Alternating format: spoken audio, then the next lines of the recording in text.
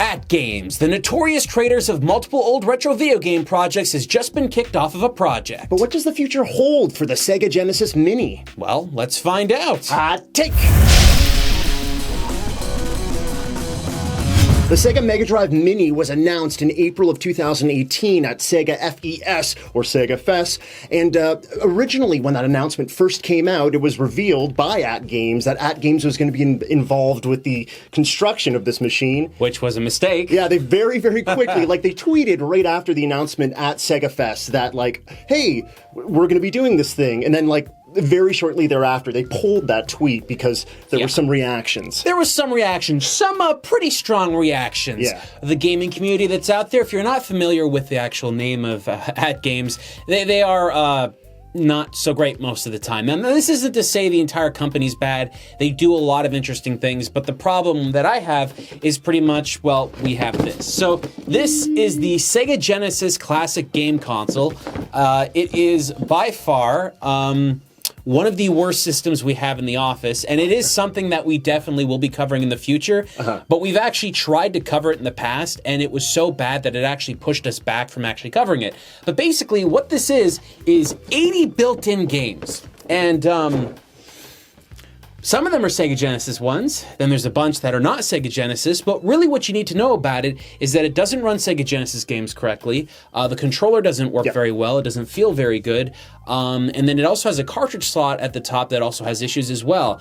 Someday we will talk about what's so wrong with that, but everybody was very scared about Sega basically creating what essentially is supposed to be a product that would go and be in tandem or kind of like an equivalent to a Nintendo Classic System, and if AtGames was doing it, the idea was that they weren't going to put their effort into it. Well, one of the biggest issues here is that when the NES Classic first came out, AtGames was involved with another project that wasn't this. I believe it was the Sega Genesis Flashback. Yes. That was meant to go sort of neck and neck with Nintendo's classic systems, and they'd already shown with that later iteration of what they'd already built on with what Shane just showed you, that even that couldn't match the quality that Nintendo had put out. In that iteration of the console, they had wireless controllers, and there were issues with that. You needed a screwdriver to replace your batteries. The OS was a mess. There was problems with sound and just the general emulation. So AtGames has not just shown itself to be a bad hardware manufacturer and software manufacturer once, but multiple times. Yeah, and that's really the problem here. So this announcement pretty much was something that Sega was right to fear, because I guess maybe the idea was they were going to be silent partners with them and they wouldn't tell anybody that AtGames was involved with this project. But, whatever it was, I'm happy to see that it's gone this way and AtGames isn't involved. Now, AtGames can do a lot of other things on their own. There's some things that they do that are interesting. The idea that the Sega Genesis had wireless controllers was an interesting idea. Problem was they didn't do it right. Yes. It wasn't Bluetooth. It was using IR frequencies to connect. That's what this one connects with. And it's a nightmare. It doesn't work properly, and to play games that way is just incredibly bad. Right. Button inputs with the controller are not, it's not guaranteed that when you press the A button is going to be pressed. When things that small are issues, it's a huge problem. So AtGames has been involved with other sort of video game IP, they've done work with Atari and stuff like that as well. They've never released a great product. So It's true. Sega making this move, it's kind of like they're listening to the outcry of fans, which is great, because when it comes to classic consoles, what we've seen from the PlayStation Classic and the NES Classic, they seem to be doing one thing, and they tell everyone what they're doing, and they just go forward with it, right? Yes. No matter what anyone says, it's no, this is what you're getting, wait for it. Whatever, but Sega seems to be listening a little bit. I like that. Even though this project is now delayed into 2019, better to wait and get something of possibly a better quality than to get something like you just shown. See, this is absolutely correct. Now, this is basically when we talk about Sega classic consoles, right? We're basically talking about all the consoles they've ever made. The biggest release of a system they had released after the Saturn was the Dreamcast, and most people consider that to be their last final system. They've released other things, but the Dreamcast we would consider to be their final one. Yeah. When it comes to hardware that they've produced, they really never stop. They keep making games in the arcades. Yeah, well, arcade games, pachinko as well? Did they do some pachinko? At some point, like Sega Sammy, there was this idea that they were making pachinko machines. Yeah. But realistically, I would consider their arcade releases the thing that is the most focused on about the things. Right. We've actually played a bunch of more newer Sega arcade systems, and they're great. They're fantastic arcade systems. They're made to last. They've got fantastic graphics, great gameplay. So really, Sega has kept up in that regard. But when it comes to everything else, right, when it comes to home consoles, that's something they've kind of stopped. Because they're still so good at making arcade systems, though, I really feel like they would be able to take that ideology and the concepts they had from their newer systems and kind of bring it over to their home console release. Because this isn't going to be a system that's going to have a cartridge slot that plays a bunch of games, though they could do that if they wanted to, but I think Nintendo's proven that you don't need to do that.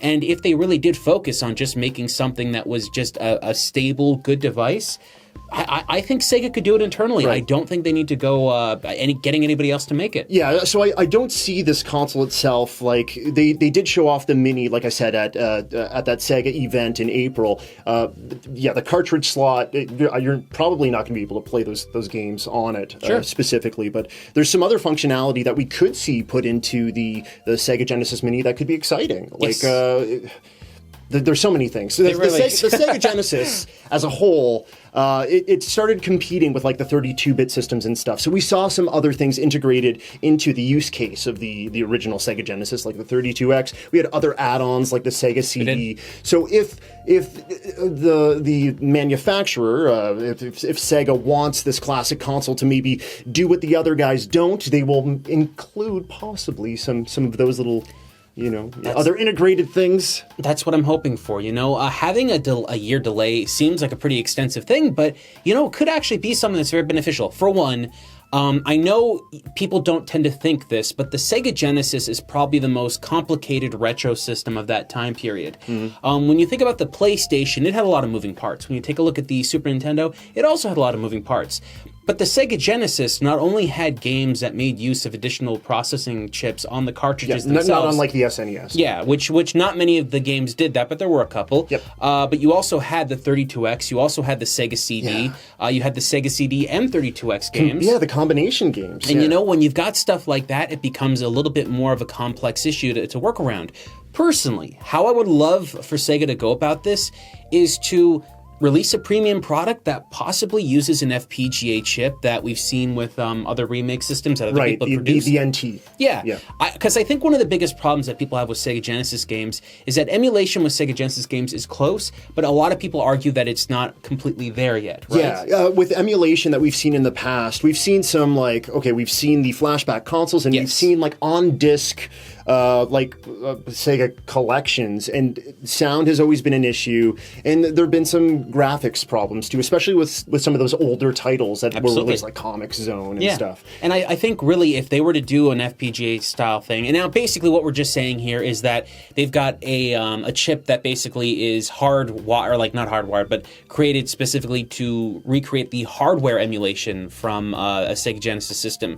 If they're capable of doing that, you'll get better sound, you'll get better visuals, and then typically from that kind of idea, you could also be able to use cartridges. Now, I'm not saying I want that specifically, it's just that's something they could do and then utilize that. If they really wanted to take on Sony head-on and Nintendo head-on with the classic systems, I think a great way to do that would be to offer that kind of expandability. Yeah, I would love to see that, the capability to have cartridges, but I kind of have my doubts just because they did show off the body of the console at that show, and it looked like it didn't look like you were able to use it. It didn't look like it was big enough. Yeah, I'm not going to get my hopes up there, but on the software side, on the OS side, we could see, like I said before, the integration of Sega CD. So maybe somehow we could play Snatcher. Somehow we could play Shining Force. Don't say it. Mail, Lunar. You say Snatcher, and I'm like, but it's not going to happen. Maybe. Snatcher's probably going to have its own sort of release at some point, I would imagine. Look, if Sega were to actually have a copy of Snatcher released on this thing,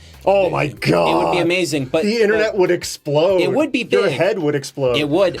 But then there's also issues with that, because one of the greatest things about Snatcher on the Sega CD is using the light gun, the Justifier. And the Justifier is not something that will work on modern TVs. Yeah. If Sega works some way around it where they use a Wii-type mechanic, I will be excited. Then you can also get some other Justifier games in there too. But I really feel that if Sega were to do this properly and look at some, like, basically, if you look at the Sega Genesis collections that they've released in the past so far, those collections have a massive amount of games, more than you find on the NES Classic and on the SNES Classic. So what I would like to see is for Sega basically to throw in that kind of a collection. Not only do we get like a certain version of the game that's from North America, but we can also get its Japanese equivalent, which is something they do in the Classic set. And I would love for them to do that with this box. Have just a huge fleet of games on there. And this Classic console, even though some of those collections have been pretty good, none of them have been perfect per se. Like there's still been sound issues. Like we said, there's still been issues with running some of these games, because there was some weirdness going on within those carts. But this could be the proving ground for them to be like, no, okay, finally we got this right. Finally we have Sonic 3 and Knuckles. Like getting the and Knuckles edition together.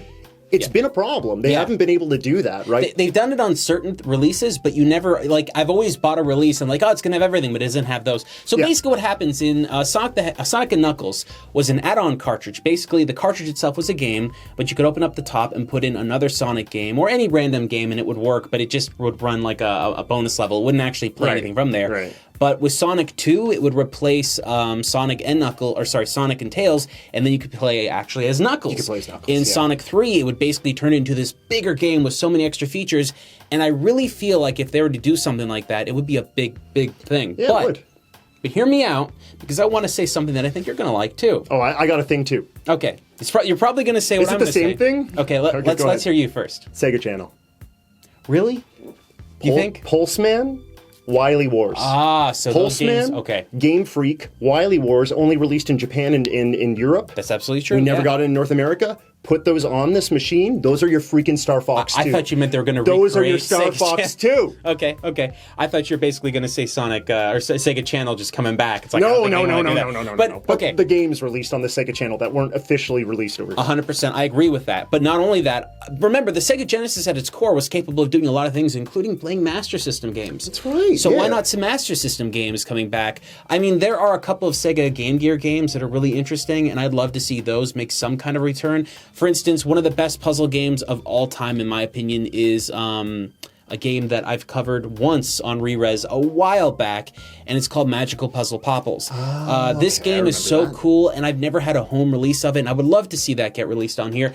Maybe it happens, maybe it doesn't. It's a Tengen game, so technically it's Atari. There's a lot of weird rights issues with that one. But I really feel like if Sega were to go out and do that kind of stuff, just have some hidden games here and there, it'd be really cool. There's a lot of really interesting Sonic games on the Game Gear. There's a lot of really interesting Sonic games on the Genesis, and on the Master System there's a couple. That's right. And just to have a couple of those classics there. I mean, look, all these other companies, they're releasing like just pitiful amounts of games. Sega can really go, look, there's the SNES Classic, there's the NES Classic, there's the N64 Classic, and there's the PlayStation Classic. Here's our collection, 100 games. Why not? Why not? Sega has proven that they have the capability of that. It's not like they need a lot of space for this. They've got the licenses, they've got the rights, and if they do it right, they could also add in some additional things, like maybe a couple of arcade versions That's of what games. I was going to say. Yeah, that's absolutely, because there were arcade versions of games that were released on the Genesis that were a bit superior in some ways. Absolutely. Like Altered Beast is really awesome on the Genesis, but the when arcade, you punch people, the stuff like stuff comes out of the screen. And some of the music is better. Well, that's arguable, but some of the arcade music I think is a little bit better. Yeah, so sure. That would be so cool to see, because I really feel like Sega, like they were a powerhouse in arcades. So like representing a bit of that, especially if they had that connection to like a Genesis a variant, that would make sense in a way. Yeah. I mean, that's something that I think about a lot, is just having those older games that were in arcades in this kind of format. I know it sounds a little bit like hectic to be throwing everything into one kit, but I really feel that if Sega were to do something like that, they would clearly make a big dent in Nintendo sales. I think it would be a big deal for them because they have a library. Like, I mean, I know Nintendo has a lot of arcade games, But I think Sega was just better at arcade games in general. Like, they have way more. In my opinion, Sega ruled the arcades in the 90s. They were doing so many cool things, especially with like their 3D sort of, like it was the dawn of 3D. Of course. It felt like Sega owned that. So. And I really feel like there's something like that. I want this Sega box, whatever it might be, the Genesis box itself, I want this classic system to basically encompass a lot of things. I want it to be... I want some historical documents in there. I want to see some manuals. I want to see some artwork. Maybe some of the commercials are built in, so we can see the commercials for the games. So I think that would be fun. It sounds like you want almost like a retro rare replay. Thank you. Yeah. Retro Replay is the name of our friend's store. Yes. So rare replay. Yeah, they did that. They put mini documentaries. They put in little artifacts from all the games that were released. And that's all I'm saying. Yeah, it made a very full feeling experience. And if Sega did that, man, fans would be drooling. And see, that's all it takes. I know this sounds like it's a lot of work to do, but I think Sega has shown it time and time again that they're capable of doing this. I think D3T has worked with them previously on getting those Sega Genesis releases. The last Sega Genesis Classics edition was D3T. Yeah, so really, maybe Sega just works on the hardware and then D3T produces the software, and I think that would be a marriage. What they've done in the past already has been pretty impressive. Well, we'll have to see. There are some, you say it's pretty impressive. There are some folks out there that are going to be like, but the sound in level 3... Sure, I agree. Yeah. But that's why you have Sega work on the hardware, right? Yeah. I don't know, maybe just go out and get that original Yamaha chip. You know what I mean? Just throw it in there. What would it take? It's not even attached. It's just like kind of rumbling around. It's just in there. You know what I mean? Like anything that they can do to make it work, I think would be a fantastic idea. And I really feel like Sega could make something like this really impressive and make everybody happy about this. But folks, what do you think? Are you excited for the Sega Genesis Classic console more so now that AtGames isn't involved? Or are you actually upset that AtGames isn't involved? Because I hope to see a couple of those comments. I want to because I want to see the justification behind that. I mean, look, if AtGames was still involved, they'd probably make a far cheaper system. But now that Sega is basically taking the reins, maybe they're going to look at something that is a little bit more premium. At least that's what I'm hoping. I'll pay more for good. Yeah, exactly. Me too. But folks, what do you think? Let us know in the comments below.